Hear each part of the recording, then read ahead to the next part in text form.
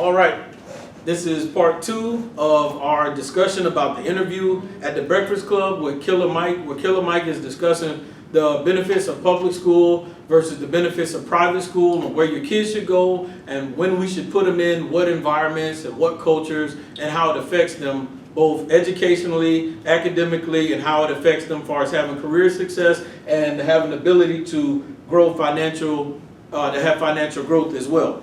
So this is part 2. We're going to dive into it. We're going to get into some more subjects, talking about reverse racism and nepotism, and we're going to deal with some other subject matters about regional versus national viewpoints, why Killer Mike and DJ Envy disagreed but actually agreed but didn't realize it. And so we'll start. And what we're going to start with, okay, I'm sorry, I'm still my bad. Mercedes McCray. Mercedes McCray. We're going to try to make sure that we project so that you all can hear us, and hopefully you'll enjoy this and add your thoughts to it as well. Okay, one of the things that Killer Mike talked about was when he was deciding to make a business move. Of course, his wife was helping him out, and he was about to go spend his money on like some expensive car, a liability, loses value as soon as it's off the lot. But what happened? She, put that battery in his back and was like, no, we need to invest in more assets versus liability, because the assets will grow over time. Your money will generate more money, and it will appreciate in value instead of depreciating like a car or, stuff like that. So they invested in multi-family property. I'm not sure how many rooms or how many tenants he said he has, but multifamily is definitely more than 5. I want to say about between 7 and 10, something like that he mentioned. But either way, what happens is those people are pretty much paying rent, or paying the overall, what's the word? Mortgage? Yes. The mortgage payment? The mortgage payment for him. So that way he still owns the property. He's getting residual income or passive income. Yes. And it increased in value. Yeah, of course, it increases the value. And especially depending on the region he is. So everything that's happening around this community will also increase his value as well. And he talked about how his wife was like, no, don't get the car. Invest in this real estate. And he even mentioned later on how he ended up buying his wife some stocks for a gift. And that's amazing when our community, when we can start buying somebody stocks or shares of stuff as a gift, as opposed to us just taking a pair of shoes or a t-shirt or something like that. And it doesn't cost that much to buy a share in something at all. There's different sites that you can go to, from M1 Finance to Robinhood app, all type of good places where you can buy shares in companies. I myself use them as well. Same. So anyway, what we're talking about today is stuff that we talk about just randomly out of the blue anyway, whether we're debating or going back and forth. So this is a normal conversation for us to have. And sometimes we agree, sometimes we disagree, and sometimes we may agree later. Sometimes she enlightens me about some stuff, and then I become smarter later on. It takes a minute to get around. So y'all stay tuned, and hopefully we can educate you all, and you can educate us as well.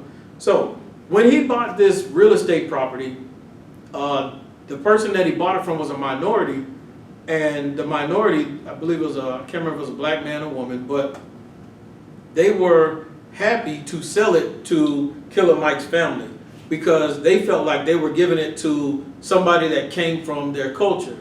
And so... And he also mentioned that the woman cried, seeing that he's married to another black woman, so it's a lot going on there. Correct. There's a lot going on there. And when this happens, the subject came up of, I can't remember who asked it, but they were like, is that reverse racism? It might have been Charlemagne. Sounds like something he'll say. He's like, is that reverse racism? And Killer Mike was like, no, that's nepotism. And I was like, nepotism, what's that? And then that's when Mercedes had to educate us. Well, to simplify it, nepotism is, my fault, not projecting. Nepotism is when, let's say, I, the business owner, wants to include or bring in or even sell to a relative or a close family member, or basically what Killer Mike was saying, hey, I want to sell to my kinfolk type thing going on. So it's just, nepotism is overall how royalty is built. So you think about your kings, your queens, your princes, and your princesses. Okay. It's the same concept. Yeah, you're just trickling down the bloodline versus stepping outside of that bloodline. And we can go and name so many dynasties and kingdoms in history to where they kept this same idea and it was harmless. And I think where Killer Mike was coming from is that on a local level, it would definitely help push, for us to kind of just keep everything within our circle, not necessarily reverse racism. Like I think it was Charlemagne, because we have to think about where those kind of things overlap. When you have reverse racism, to me, doesn't actually exist. I think it's more so discrimination, and when you have the typically deemed superior group, now they feel like they're the little people and they're getting left out. They have this don't leave me hanging complex. So I think that's where that political buzzword comes in at. It's not reverse racism. It's more so, hey, we need to keep this money here so that we can grow as a people, because economically, like I mentioned before, we're at a disadvantage. You can see that as a culture, we're not thriving as much as the Asian cultures or just other cultures out there. And so I don't think nepotism is a bad practice, but when we get into morals, rights, and ethical rights versus legal rights, I think that's where the intersectional confusion comes in at. But do you think from the outside looking in, nepotism could be seen as somebody being racist towards them? Well, I'm only going to buy... Not racist because we're not employing hatred or any other tactics to make them feel inferior. I think, hey, you just got left out this business move, take that L and keep it moving. But if we're not doing it out of hatred, we're not discriminating against you in the sense that, hey, we're not shopping with you or selling to you because you don't fit these descriptions. Because I mean, you have instances where, all right, let's say you're this 80-year-old man, and here it is, I'm this young, youthful, vibrant 27-year-old woman, and we both have the same credentials, and we're applying for the same job. So we're applying to a company that wants younger-looking people. So they say, you know what, Mr. Simon Steele, we don't think this job is for you. But they have to also... Because I'm older? Because you're older, and that's what they call age discrimination. Yep. You have things like that. But it's for personal gain. It's for, it's other grounds for them to cross you. And the thing is, you have to be in a protected class. And so when you have these, I know you guys out there, you filled out job applications, and it tells you, hey, we're this equal opportunity employer, or we believe in affirmative action and things like that. Correct. Because you were put in that pool, that affirmative action pool. So you have like I said, protected classes by race, origin, creed, age, sexuality, your family status. If you got a grandmother who's raising, her grandchild or something like that, and it's not the immediate parent. You have those grounds for discrimination to kind of, I guess, come into existence. But in this instance, it's just, You good. in this instance, nepotism, me selling to the next black man despite the qualifications, is not because I hate the next race or I'm, expressing any kind of negative, can't think of the words right now. It's nothing against you. Yeah, I just want to support my culture. In short, yes, I said all of that to say that. So No, it's that's not, good. That's good explanation, because I'm going to ask. Because I believe from the outside looking in, you can't appease everybody. you can't appease, but perception is going to be, well, if you're only going to sell to this colored people and you won't sell to me, then they're going to say that's reverse racism. You're leaving me out on purpose. And that's kind of why they did like affirmative action. Exactly. So the thing is, you're not going to find the superior race put in an affirmative action pool. Now, you could talk about middle class or lower class white women, yeah, because women in general were put in this pool, but you're not going to find your typical,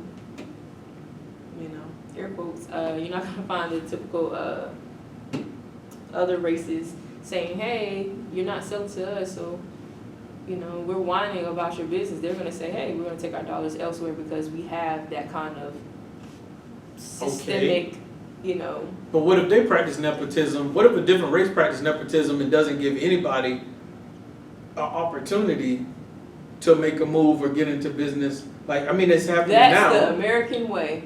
Correct.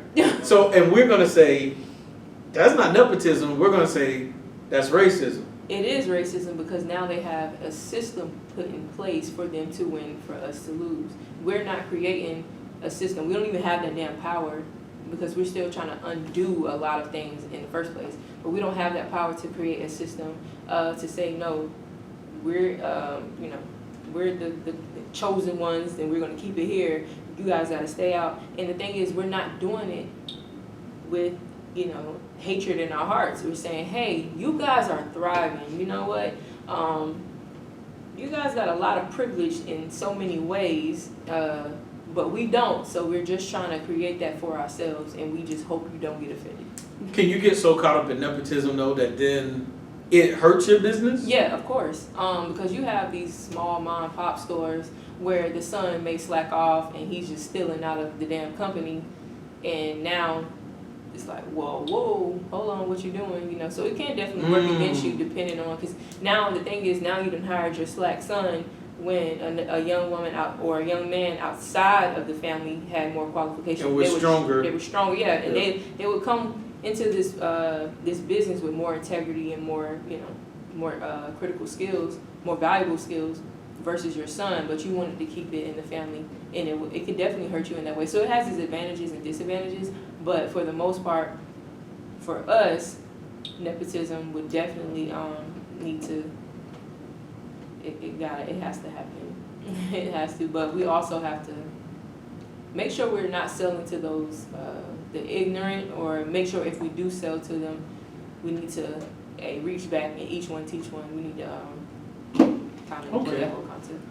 So nepotism does have its strengths. It has its place to support a culture and a family, and in the hopes of leaving a legacy to help a culture or a group of people survive and thrive in an environment that may not be in support of them. Correct. So it doesn't always have to be that they're being racist. It's Right. a form of survival, possibly. Yeah, and it only becomes a problem, like I said, if you are consciously or unconsciously kind of upholding those racial ideologies. So as long as you're not doing that, and you have a clear conscience and you're doing things with integrity because you definitely mean well, then as long as you know that, then it shouldn't be a problem. You can't be a pacifist when you're practicing nepotism, because now you're concerned with other people's feelings, and that's not your problem. Because you have a bigger goal. The picture is way bigger than that. So. Okay. I know this one's probably going on for probably about 15 minutes. We're going to do like maybe 2 sections, but we may have to cut this one at 15 and do a 3rd section. But that was good information. I know somebody had to learn something about reverse racism versus nepotism. With the back and forth that we had, I know I learned something as well, with how to understand it, how to look at it, not so much get so worried about what people on the outside are going to look at if I make this move, especially if I know, like Mercedes is saying, is that you're doing it with the right intent and with the right heart in mind. And you're thinking about cultural preservation. I do want to say... Say that again? Cultural preservation. Okay. I do want to say that I am aware of the statistics that they say that, there are more whites on government assistance than there are poor or middle class blacks. So that if that is the fact, the case out there, then the more commonsensical thing to do is for everybody in that. Commonsensical. I just learned a new word. Go ahead. That the more the smarter thing to do is to band together. If you are in that class or Let me see in if that, that's a word. yeah, Good. okay. If you're in that class or in that tax bracket, it will be a smart idea to band together despite the racial differences, despite the cultural differences. If all the middle class or the poor class, I hate saying that word, it really bothers me, but if you are making X amount of money per fiscal year or whatever the case is, if you are in that pool, it'll be better for everybody to band together and work on getting allies, and you guys, you know, just come together and you, what's the word I'm looking for? You will thrive together. You will work against the system, and you will kind of eventually the whole racial tension will kind of die down. I'm not saying that's the one-stop shop answer to end racism or anything like that, or classism even, but once you realize you're on the same playing field, despite any other, you know, preconceived ideas about each other, then you'll realize like, oh, we're not any different. You know, we can kind of do this thing together. So, power to the people. All right, thank y'all for listening to this segment as well. I'm Simon Steele. Mercedes McCray. She's Mercedes McCray, and thank you for listening. Stay tuned for part 3, where it gets real good. We're going to really go in more detail about the difference between public school and private school and the experiences that MV had versus the experiences that Killer Mike had.